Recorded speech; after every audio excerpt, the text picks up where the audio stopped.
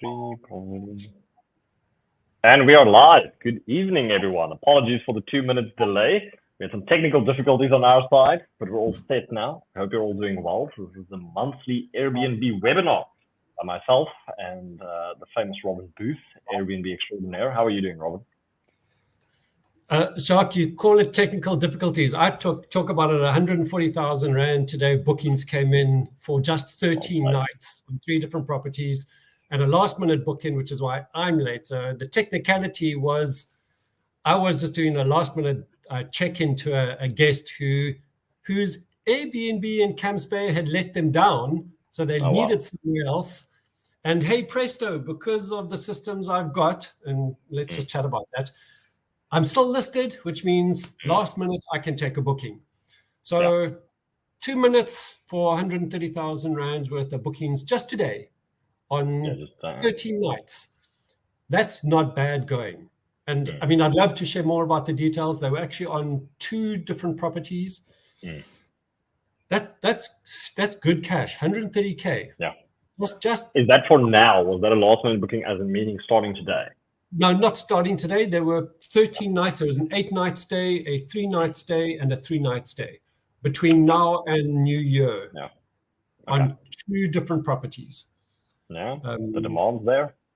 Like we've seen it now with all our new units. Like we're getting a lot of last minute bookings on the night bookings, but we're also pretty much fully booked up. So, yeah, I definitely think we can chat about the trends that we're seeing at the moment, because there's a lot of that, and I mean, there's so much that we could unpack and talk about and chat about. But I just wanted to say 2 minutes late because that was my fault. I came rushing in, just having checked this person in, and maybe that's actually. Let me just jump straight into that. I mean, tonight I know you've got some stuff that you want to share. I certainly do have some stuff to share about it.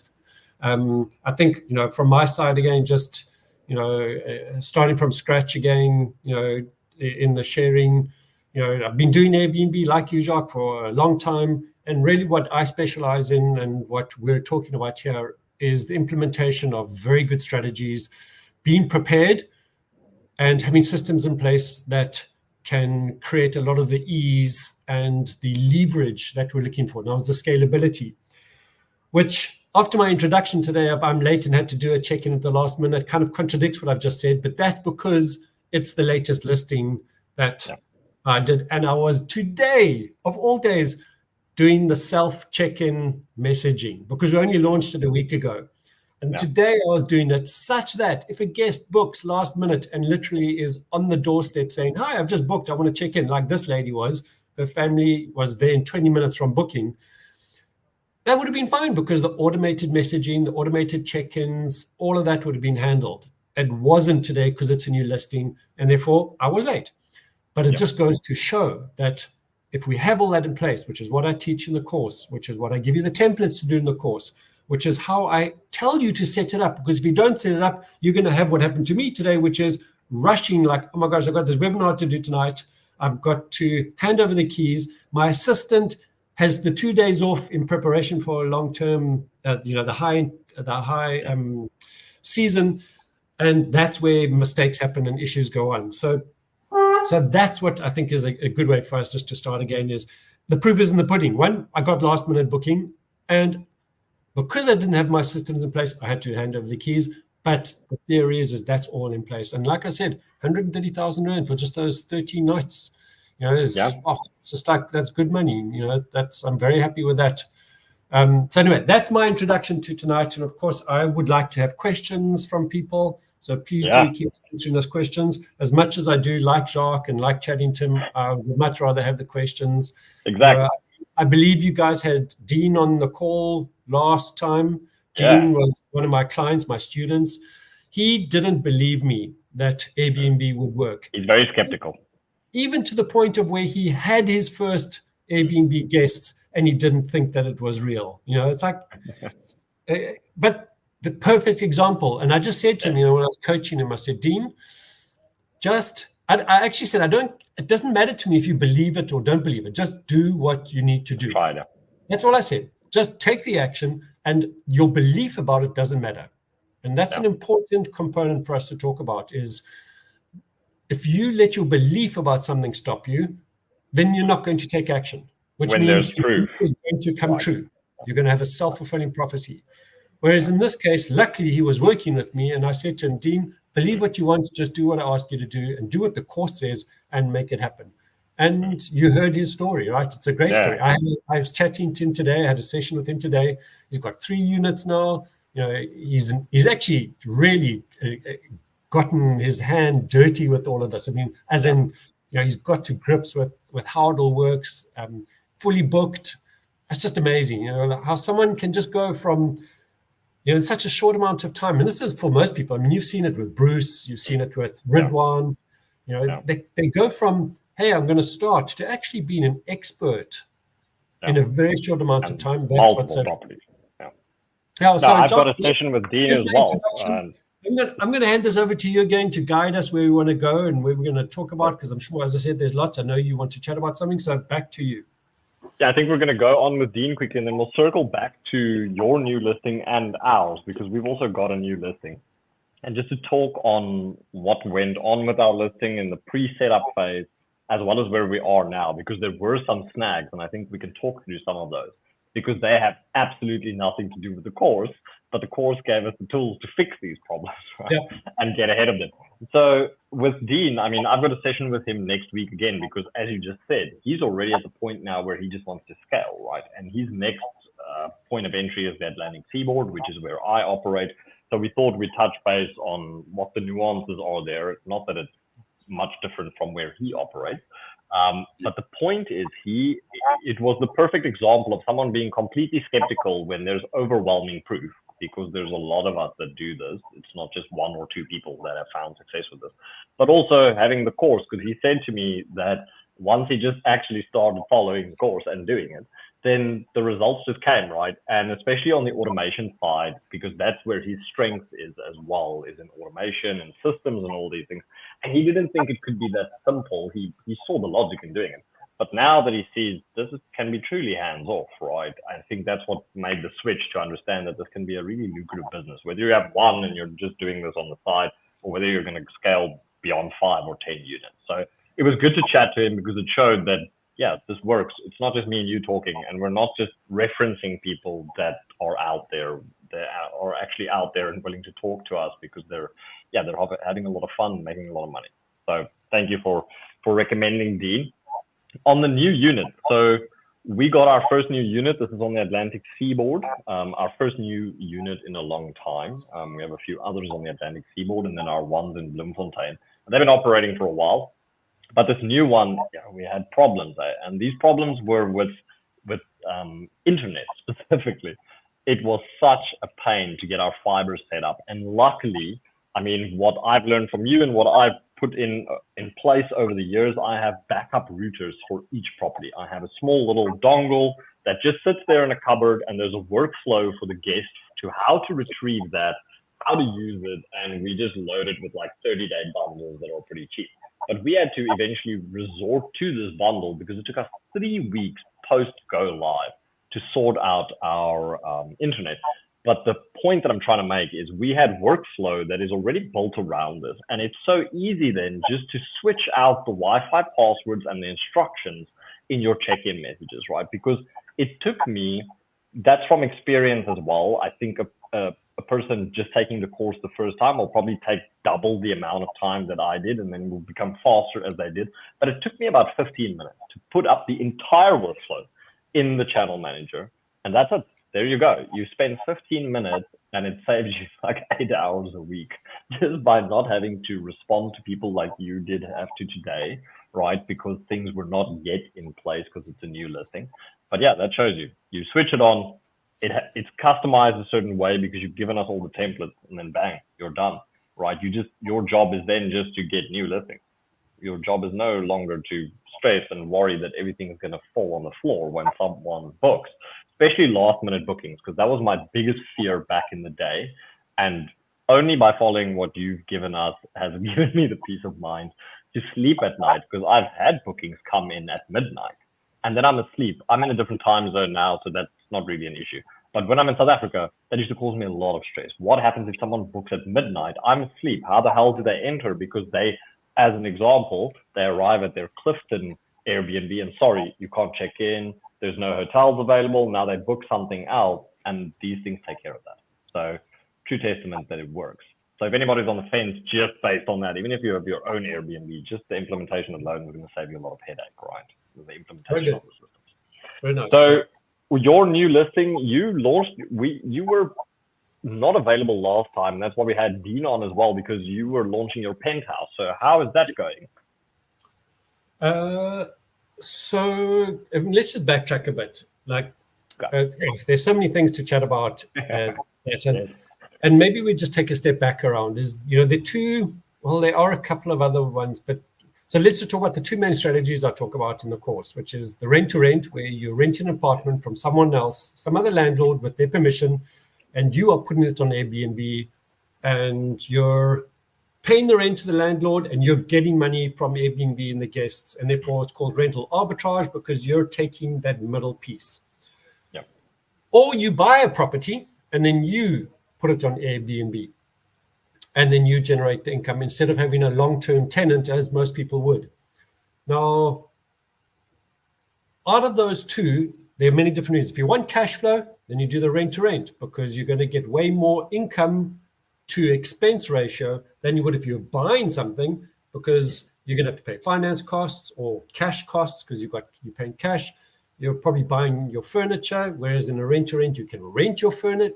You can rent it with furniture in place, and we're looking at also doing renting furniture as well. Because you don't have 70 to 150,000 rand to put in place furniture on a rental apartment, and maybe you don't want to take the risk. So how about renting furniture, right? So that's also another nice one that we're looking into. Now, from my side, my strategy at the moment is to buy because I want the asset. And I'm buying penthouses, I'm buying the higher level ones because I want those as beautiful assets. Because I think they also, besides just having a great portfolio, and you've seen some of my multi-lets, are in like dodgy areas, but that's the cash flow. And like I've been somewhere and I've heard the gunshots and I've, just, not what it is. But we're investors. And we're investors making informed decisions, risk decisions, but informed. Like, we're mitigating risk. So the latest one, as you know, was a penthouse, and I think I got it at a good value. Beautiful story about how I got it, but we know that the first view was okay. I knew I had to redo the tiles, and that's what I thought. 2 to 3 weeks, redo tiles and sorted. And then, of course, it just got a bit more.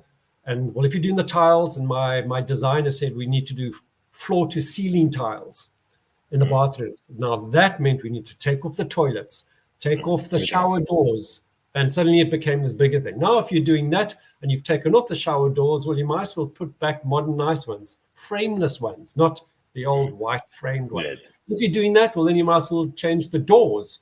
And if you're doing changing doors, you must have change handles. And if you're going to do that, you might. And suddenly this thing started to evolve, and rightly so, because it's spectacular now. I mean, if you've seen those photographs, that's beautiful. So, and we get to the point where it took a little bit longer, maybe a month and a half longer than I'd thought. And we get to the point. I come back from the States. If you remember, I had a trip to the States. I come back where I've got like 3 days to launch, and I walk back into the apartment. And there are these workers on my balcony. And I'm like, what's going on here? The building had decided to paint the front facade, and they were using the penthouse top for rope access, which meant they were tying on my balcony and walking up and down. And if you've seen the place, that's glass doors, which means you're in your bedroom and you've got these workers walking up and down. And I was told that it's going to be like that till the 15th of December, literally till tomorrow. And I had to pull the listing off because I couldn't have guessed. I couldn't have guessed. So I had to only let it on the weekends. So I've opened it for the weekends, and then basically from this week we've been going for it, and of course operational season. So that's then, and and as you know, we were looking at how to push the boundaries of what the income could be, and how a whole lot of different things.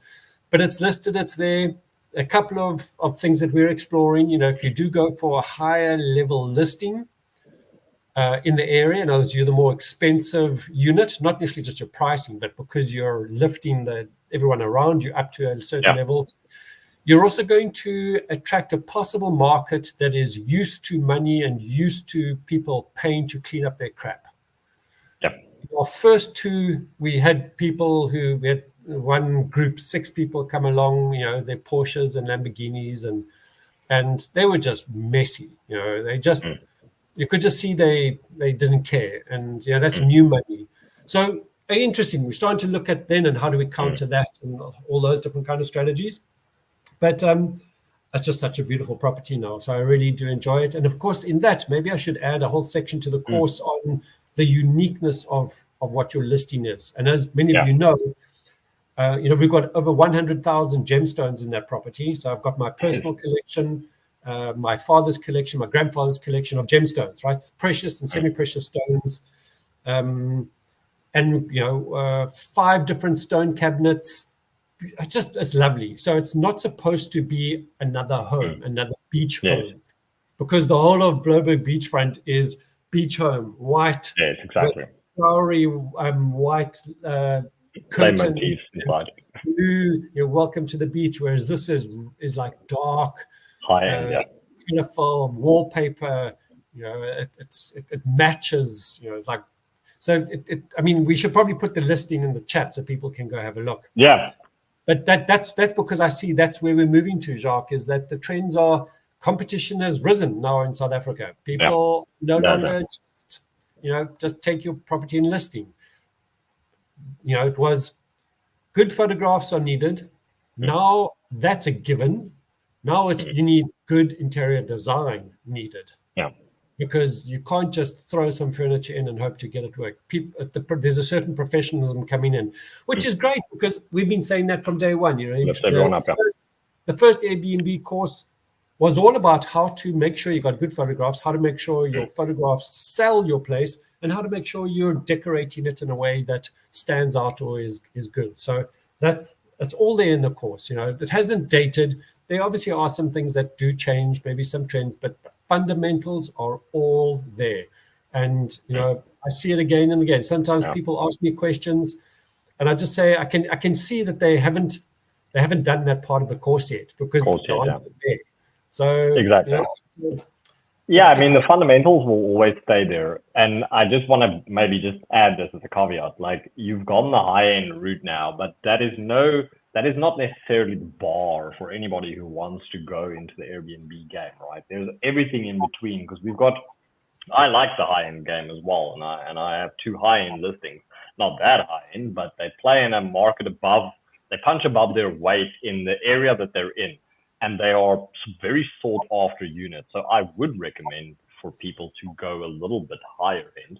But my other listings do perfectly well, but then you must make sure that you're paying less for those units, right? Like, you should also not be overcapitalizing on those lower units because your rent will be lower. But once again, the fundamentals matter. You need to make sure that even those lower end listings don't look low end, right? Like, they need to look neat. They need to look a certain way, and they have to have workflow attached to them so that you make your own hosting easier, but you also have a great guest experience, right? Because I've seen guys that just throw a bunch of furniture in there and go buy a bunch of secondhand stuff, and it looks like this clapboard place, and that's not going to survive, right? Like, not after a few months. But okay. So Penthouse ready, going live tomorrow, essentially. Well, people are in there tonight, and now it's booked up. Quick question though, before we get into stuff. I know you have some specific stuff you want to chat about. Are there any questions at the moment? And that's just the first thing. Otherwise, just a quick sharing from my side about some of what we've observed with students who are buying the courses and who are starting to get going and what their first challenges are. If you remember when we launched the course, we actually launched it back in COVID time, and it's been generating and created, I'm sure, some kind of an impact on the competition in all of our areas. But what we found is that people who started the course still had some questions, often more they needed reassurance than answers to their questions. And halfway through this year, we started that people who buy the course, they get their first 3 months in my personal Airbnb WhatsApp group where they can ask those questions. And all the experts that I've attracted and accumulated and grown over the years, they're on that group and they give the answers. Like today, someone was saying, I'm so, I don't know how to find my first place. I get so many no's. What are the strategies that some of you use out there? And there were a whole lot of conversations about, well, you could do this with an agent. You could do this. You need to start this first. Don't start on your script. Do this first. And now this person has direction in what to go. So that's what we did first, is we added those Very helpful elements as part of the course. Now, I also know that sometimes people aren't quite sure, like, what is their specific strategy to do with Airbnb? Maybe they've already got a portfolio of other properties. Maybe they should do this. Should they go high end? Shouldn't they? So even though it's not necessarily a question for everyone else, maybe it is that they're needing a specific direction. So I want to lay that down there, that towards the end of this evening, and I think I touched base with you that, we're coming to the end of the year, it's Christmas time. I'm willing to go and take a look at this period of time, like if people are on this call now, and perhaps we'll do it for a day or two later, that, people who do buy that course between now and maybe we say till Christmas, that I'll do maybe a one-on-one with them, right? Which I don't do. Someone asked me today, Robin, do you do a one-on-one? What's your cost? I'm like, you're not going to pay me 10,000 Rand to do a one-on-one, so I don't do one-on-ones. But maybe I'll include that into the course if someone buys it between that time, because then I will tell you exactly what I believe your strategy is according to your circumstances, your affordability, your income, your experience, and I'll tell you exactly where I think the niche is, which is what my speciality is, right? Is really getting very good offer.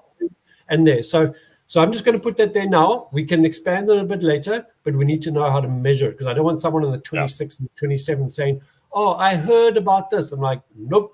This is we're just creating here, and we would also need to discuss within what time frame they take that session, because I've had people who banked a session, like I'll take it when I need it. It's like, no, it's because you're from now to get going, right? That kind of scenario.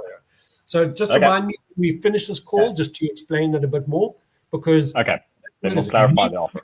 Yeah, if you need someone to not just hold your hand on this, but to show you. Well, you can either take up full-time coaching, but if you don't want to spend 100,000 Rand on that, then just buy the course and I'll do a one-on-one with you and give you the direction you need.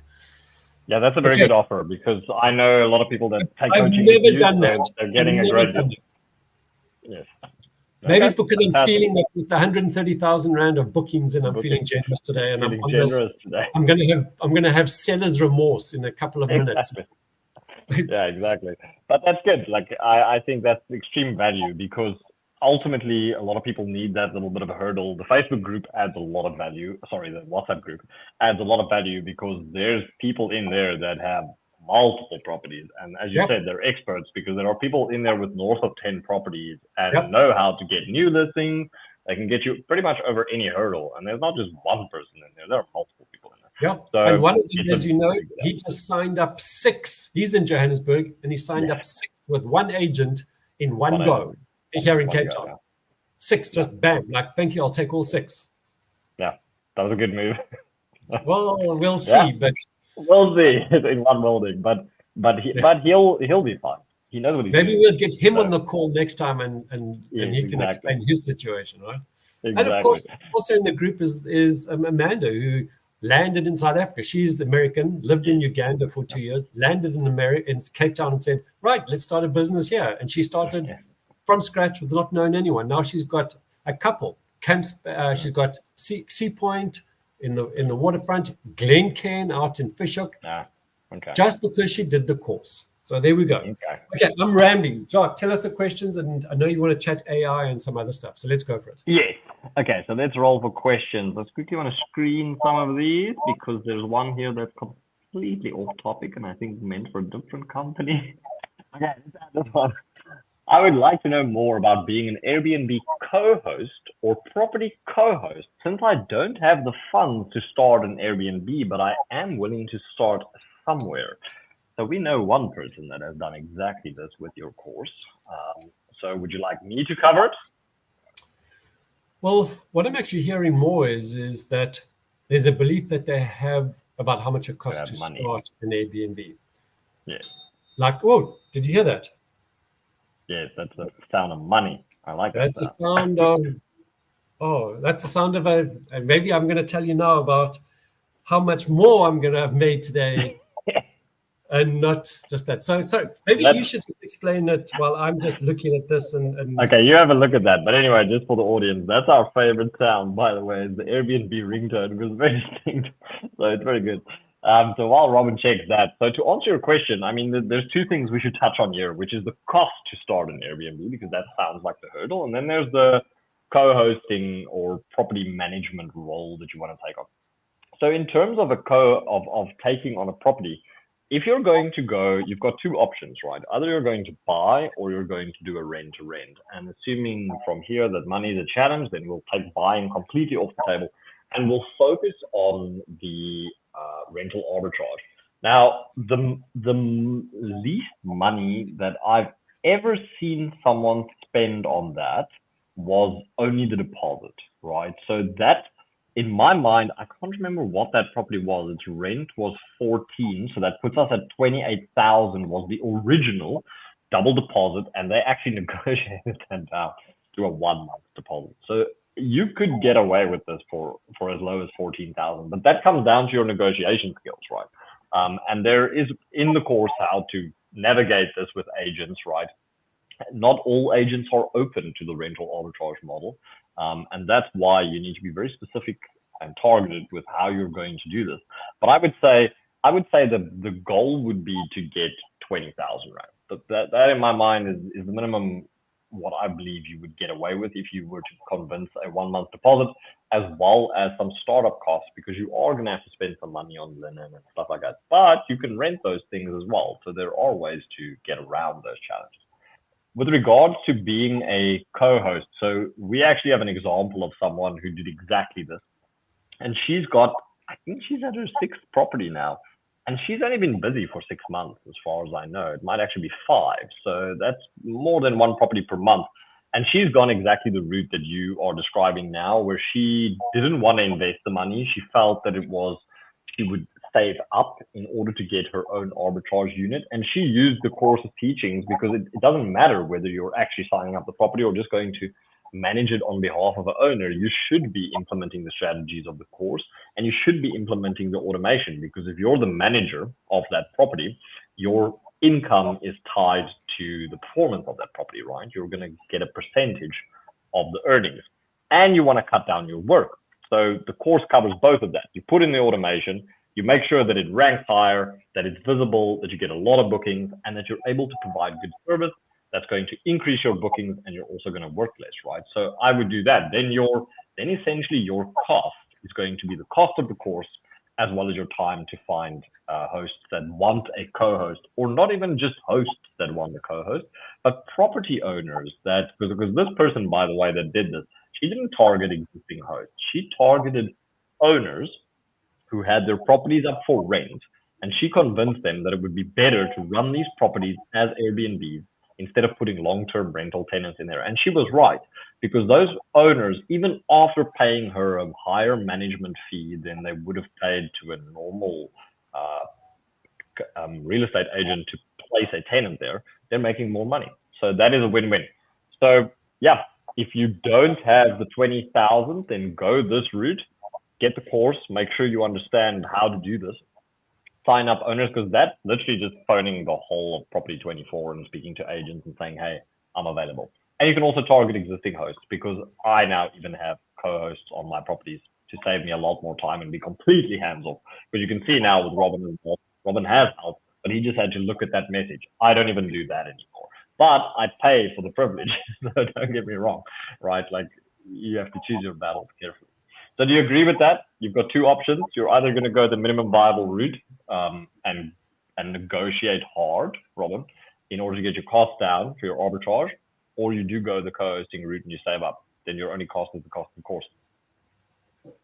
Yeah, and let me just add to, well, I guess it doesn't answer our listeners' question there. It gets to a point at also which you have an assistant who can start doing that. And in this case, I was just messaging my assistant, who, like I said, was on leave today. On leave, yeah. I just said to her, listen, I'm on a webinar, just check if there's anything else. Because yes, it was. It's another 3-night booking, tonight, tomorrow, and the next night. That's another 16,000 Rand. Today, then, what is that? Puts it at 150, 160,000 Rand today of bookings made.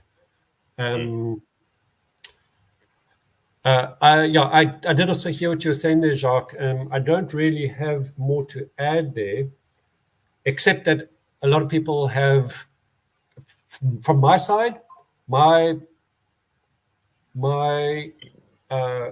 drive or advice, suggestion is rather look to see how you can do it your own than you do as a co-host, because it's very difficult to be a co-host if you haven't yet had the experience of what it takes to be an Airbnb host. Fair. Yeah. So, how are you going to go and convince someone, hey, let me run your Airbnb, and then you haven't even done your own or don't even know how it looks? That's going to be even more difficult, and you run more risk at that. Certainly damage to your brand and property, and to your reputation. I agree with that. When for the same amount of time and effort, you can do your own, and with less risk. So that's what I do believe on that.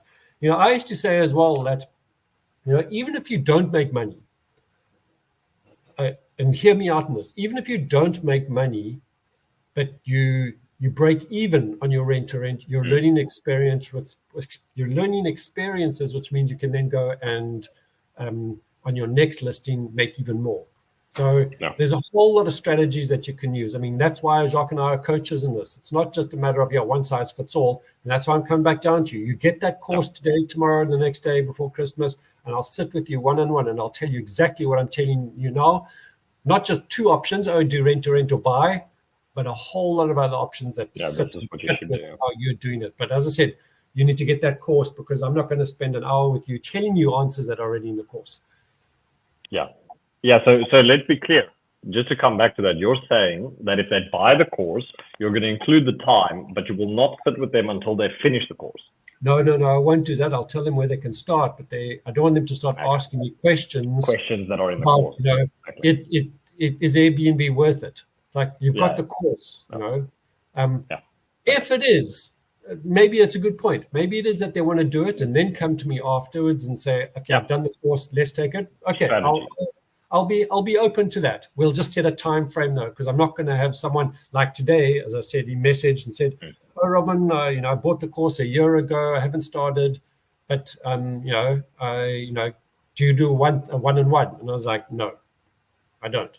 Yeah, there's no time, and the cost is too high. But this is different. We're setting a time. Let's go into that. So now, so in short, another question. No, so I just want to come back to to actually answer that question, because you wanted more information about co-hosting.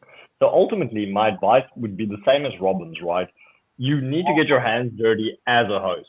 And I know that there are free internships out there where people will teach you the ropes, but you're not going to get paid, right? So I actually have one of those, but that's because we used to train co-hosts. But the reality is you can go and fake it until you make it, but you run a very large risk if you do that and you do not pull it off. The person that I was referring to had some property experience, not enough, but the point is she's a very hard worker. So if you're dedicated and you take Robin's course and you figure it out, then by all means, but I think it's safer to actually host and get the experience that way. Okay. All right, next one. Boom, here we go. My issue is agents are not educated about Airbnb, and one told me they don't have control over what goes on in the place. There we go. Robin's already smiling. So you're totally right about agents not being educated. So no problem there. First thing you need to educate an agent is they're going to make the same amount of money that they would have made if they rent this out to someone else, because you are the long-term tenant. It's got nothing to do with Airbnb guests. The second thing, and again, everything I'm saying now is in the course. The second thing is let's say that agent rents it out to someone else. Let's say it rents out to Joe so-and-so down the road. How is that agent going to know who Joe so-and-so is going to let into that property for their weekend parties and for whatever else goes on? They've got absolutely zero control, because it's now the tenant who is managing that process. So there's no difference. If anything, through the Airbnb process, I have more control over what comes into my units than an agent would through a normal long-term lease, because I have to have their ID. They have to have good behavioral reports from other hosts, and a whole lot of other areas in place of mitigation, including damage insurance, which Airbnb provides up to $3 million per booking, and a whole lot of different things that are there. So again, you need to be educated first in how to talk to an agent who is uneducated. And when you have that in place, you'll know how to sell this to an agent who then goes out and finds those properties for you. And how did this person that I was sharing with you get 6 in one go? Because the agent is my agent who finds me my long-term properties. And I had said to her, listen, if you come across Airbnb properties, I will take them and pass them on to my students as well if needs be. And that's what he did. She said, thank you, I'll take 6. And that's what she did. She went out and found him those 6 properties. So again, if you are educated, you're going to be successful. And that's what you're going to have to do. Upskill yourself and you will find the differences there. Yeah, I agree. It took us a long time to find agents that were actually willing to put together a whole team that just looked for Airbnb listings. Yep. Because now what we have found, we're working with agents that have taken it upon themselves to go and convince owners first. Listen, this is a good idea. We know a lot of people that do a great job at Airbnb hosting. They're super hosts for a long time. They take extremely good care of your properties. It's their business to take care of that property. Are you interested in this? If the owner says yes, the next step is, does your body corporate allow short-term rentals in the building? And if it passes those 2 hurdles, then only do they bring the deal to us, no longer the other way around. And it's important that you work with agents that see that, because what they don't understand is, as Robin said, you're going to still get paid, right? You still get the tenant placement fee. We're the long-term tenant in this case. But I want to second your point that we have way more control than what a long-term rental agent thinks he has over a tenant, because that's not true, right? If there's going to be a body corporate complaint against any of those 2 people, we are most likely available 24 hours a day to sort out that issue that has arisen. Whereas if it's a long-term tenant, good luck. It's going to be a back and forth between whoever. They're going to try and figure it out. But we have systems in place and people that are motivated to sort this out in real time, simply because our business depends on it. So yeah, I would say get the course because it shows you how to speak to these people, and then stay away from people that don't want to play the game. Like there's one notorious real estate agency in South Africa that always just says to us, because South Africa has freedom of contract, right? You can put whatever you want into a real estate contract, or any contract for that matter, as long as it has like 3 specific requirements. But you are allowed to strike out the subletting clauses in a contract. And then there are agencies that say, no, it's against their mandate. And there's one very famous agency there that says it's part of their mandate that they don't allow their clients to sublet. So we just stay completely away from them, and they lose a lot of business, because I've seen some of their rentals standing empty. So it is what it is. The market will decide. Okay, we have a lot more now here. Whoa. Okay, one of them is here. Someone asked, I'm going to put this one on the screen and I'm going to answer it quickly, but it says, I would love to be a shareholder of this company. Can I find them in a brokerage account and easy equity? So to answer your question quickly, we don't have a company that you can invest in, but if you want to invest in Airbnb itself, yes, by all means, but you would do better if you became an arbitrage host yourself instead of investing in Airbnb directly. Okay, so here's another one. This is a very long one. Let me quickly check your house.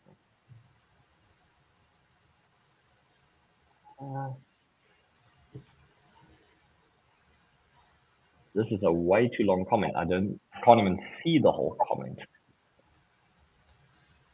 Okay, I'm going to pop this one on the screen. Have a look at that one quickly so long, Robin. Let me just have a look here. I switched that one. Apologies.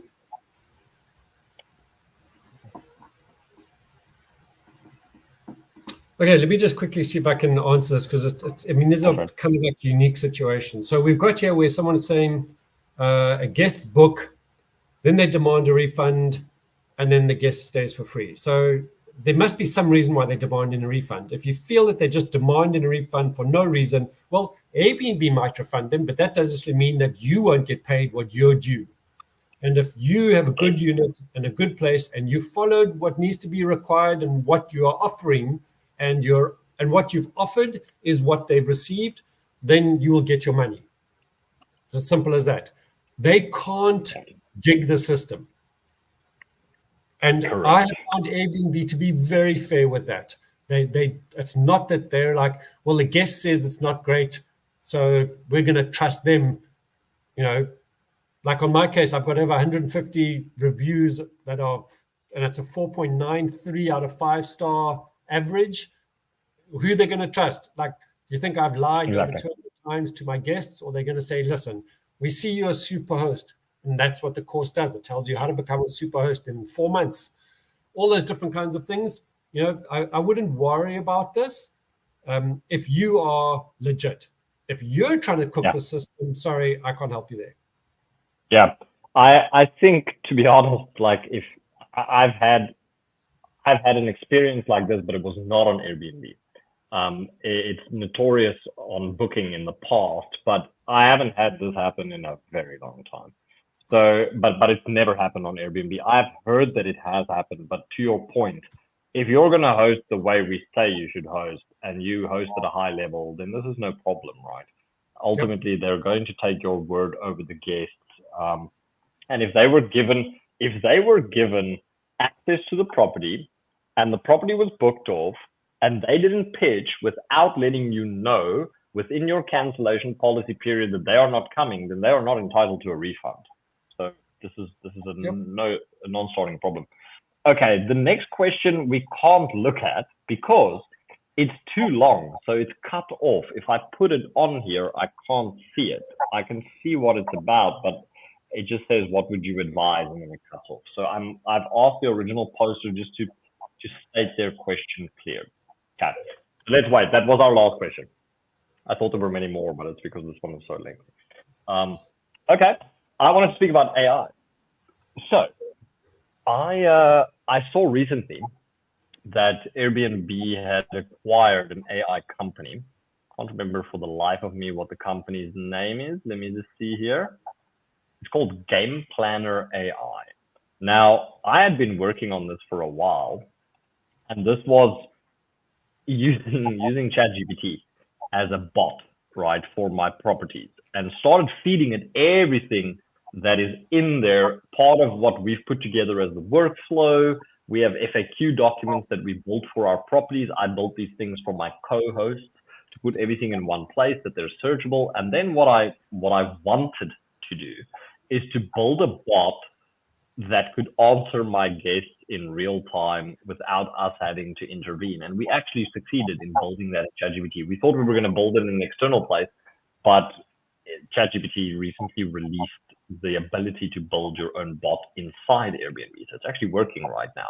And you can share that link with an external party. That party can speak to this thing and say, hey, Robin, where is the toaster? As long as you've given that bot the information of where your toaster is located, and we do because we have videos for everything, it will tell your guests where these things are. And this has become really valuable for like middle of the night questions about stupid things, even if there's a video about these things. The reason I'm mentioning this is because Airbnb is now releasing the same thing within Airbnb's platform. So that's coming in next year. I just thought I'd mention it because I think that's very cool. So you will from now on be able to create workflows around your properties, and you will pretty much have a concierge 24/7 in there. I don't know how versatile it's going to be. I think it's going to be a mix and match between the quick replies or scheduled messages function, and then there will also hopefully be what we've put in ChatGPT, right? Because you have to feed this thing a lot of information. Like, you have to go in detail because you can't just say there are 2 bedrooms. You have to tell this thing, yes, there's a queen bed in there, and the sheets are stored here, and there's this and there's that, because then it can answer this person like a human, which is pretty powerful. So I'm mentioning this for the people that want to do what I've done by getting a co-host involved, but don't want to pay the cost because it's a game changer. Yeah, very cool. Okay. So, thought I'd mention. All right, we do not have a new question. I'm still waiting for the final reply. Sorry? Has that person come back to you yet? No, not yet. No, okay. They haven't responded. We'll see if it comes through. Is there anything else you want to cover in today's session? No, well, let's just cover, because I want to chat about like what's happened for me today. That's 150,000 Rand. As I said, that was that other booking that came in today. And it really just comes down to, can you find out where the weak spot is in your market? And at this moment, from my experiences is that a lot of hosts can't handle last minute bookings on the same day. Like I mentioned, 5 o'clock this afternoon, message came through, this lady needs a place. She booked for 3 nights, and 20 minutes later she arrived and she checked in.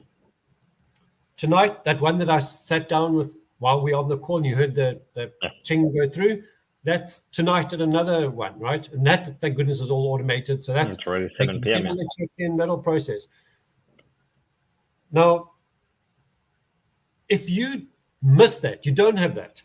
And this is what's interesting is, I mean, if we went, well, I can't show you now because it got booked, but if we went on to, for example, booking.com and we searched for tonight, what's open for tonight, and we clicked a little button in the top left-hand side, which says only show the available properties today, probably 95, 98% of all properties in Cape Town will show not available. Unavailable.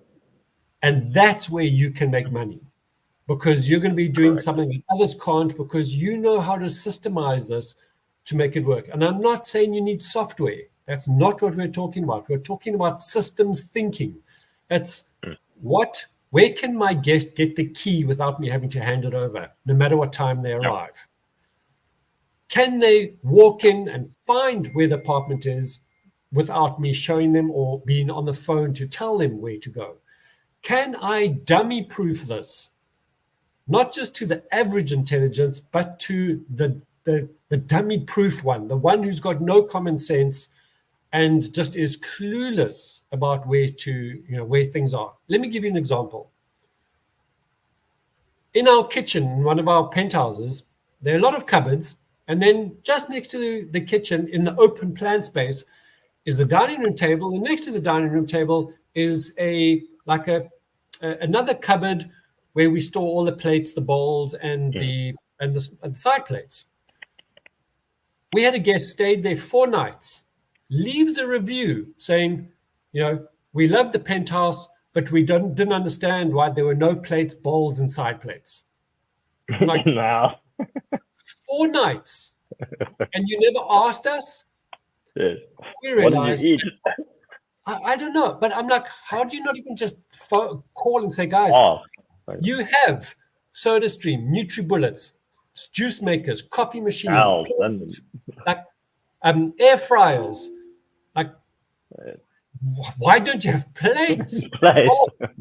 So we've realized if there's one person who can't find it, there are probably others. There will be so more. Now we've got a little sticker on a cupboard that I'm sure someone's going to open up, and it says there, plates, bowls, and side plates in the dining room next to the dining room table. Those kinds of things, because we can't give someone a reason to give us a bad review. And like I said, how the hell this is in a unit that we've already been going for 3 years. This is the one I'm telling you that's got like super high ratings. It just amazes me. So that's what I'm saying. You need to have that systems thinking process. That's what this is all about. How do you get your cleaners? What do your cleaners look for? What happens if your cleaners that you usually use aren't there today? Yesterday, one of our cleaners, she had a toothache, couldn't clean. She needed to go to the dentist. That's a weird emergency. So we had to get a replacement. We're not worried because we've got a cleaning manual that tells someone who's never been in the place what to clean, where it goes. We've got pictures to say, put the couch here. Make sure that the towels are set up like this. That's in a little manual that they can look at and see, so that if it's their first time cleaning, they can still present this as I need it to be presented. That's what I'm talking about, right? That's what this course is about. It's not just a specialist coding, development, AI, software stuff. And I'm not taking the piss out of your AI contribution there, Jacques. I'm talking about simple stuff that we can all follow and get right, even without being high-tech advanced. So that's what we're referring to. Yeah, exactly. I'm responding to that same person now because they've reposted, but they've reposted the entire post. Now I can see even less. Oh no! Like, why don't you read the first few lines and let's make up what we think they're asking. No, we can't, because it talks about the Minister of Tourism and a bunch of things, but then the question is completely unrelated because it's about a question about a property, but I can't see it. It just says so if it's an apartment building couple. That's it. Okay, so obviously some stuff about that property is not there. There has been talk coming back to the Minister of Tourism, and if anyone has followed any of the global Airbnb, we chatted about it in one of our sessions, Jacques, in New York, them forbidding Airbnb listings unless the host, the owner, lives on the property, is present at the property. And we saw Florence and Venice looking in Italy, same kinds of things. And we see some of these cities are crunching down on Airbnb, stating that in the places like these high tourist places, Florence, Venice, that locals can't live there anymore because everything is being turned into Airbnb, and that's a problem. Now, if you take a look, and I saw the stats, I just can't recall them, the stats that actually said, here are the number of Airbnbs in the world, and here are the number of residential homes, it's insignificant. So there's no argument for generally Airbnbs taking away people's homes. Where it would impact is perhaps in a high tourist place, like Venice, which is very restricted because of it's an island and it's got waterways all around it. And the whole of Venice is a tourist attraction. I can understand that might be true in that situation. But for example, take a look at Cape Town, Bloberg. You're going to have Airbnbs on the beachfront. You're not going to have Airbnbs 6 blocks down the road being, lapped up, and now people can't live in the Cape Town area. So I don't think that that's going to happen as much here. Secondly, Cape Town also relies on the tourism, and as maybe the Minister of Tourism we've seen has entered into contracts with Airbnb to promote Airbnb in South Africa. They've joined partners. They've connected in some kind of partnership level to increase the Airbnb in South Africa because they believe it's going to increase tourism. So I don't believe that cities are going to clamp down. If anything, they might just want some kind of a regulation so that, like we've discussed, tourists don't get impacted. I had an emergency call 4 days ago by one of my ex-coaching students who said they had just arrived, I think it was in Durban, to an Airbnb, only to find out that the hotel that was supposedly letting the room out on Airbnb had a long-term tenant who they let it out to, who they then sublet on Airbnb, and it was legit. Now, there I can understand that the Minister of Tourism is saying, listen, we don't want our guests from the United States or from overseas to come in and have bad experiences. Run into problems. That I can get, but that's not stopping Airbnb. So I think it's still here to stay. I think that we will find that competition is going to get higher. We'll find people will be squeezed out. If you're already at the top, you're going to stay at the top. It's not like you're going to drop down because there are more people around. So I'm still okay with it. Otherwise, I would not be putting in tens of millions of rands into my properties. Exactly. No, Airbnb is here to stay. It's not going anywhere. I mean, Cape Town is highly motivated, and I mean, Cape Town is one example. This doesn't just work in Cape Town, but I mean, that is the primary hunting ground if you want to do really well. But there are many other places too. Okay, so we have exactly 4 minutes left, and I think in this 4 minutes we should go through just the offer that we have. So for the one-on-one, Robin, you need to set a date by which people order. So I think if you are ready for that to be Christmas, then let's lock it in. But I think you must also set a limit, and we'll document this as well for everyone after the call. But also just set a limit by when people should use that one-on-one. Okay, so I don't want to give people too long to ponder and question. So we're going to say a week from today being the 14th of December. Okay, perfect. So a week, so take that to next Thursday, if that is the case. 21st. Okay, so midnight of the 21st.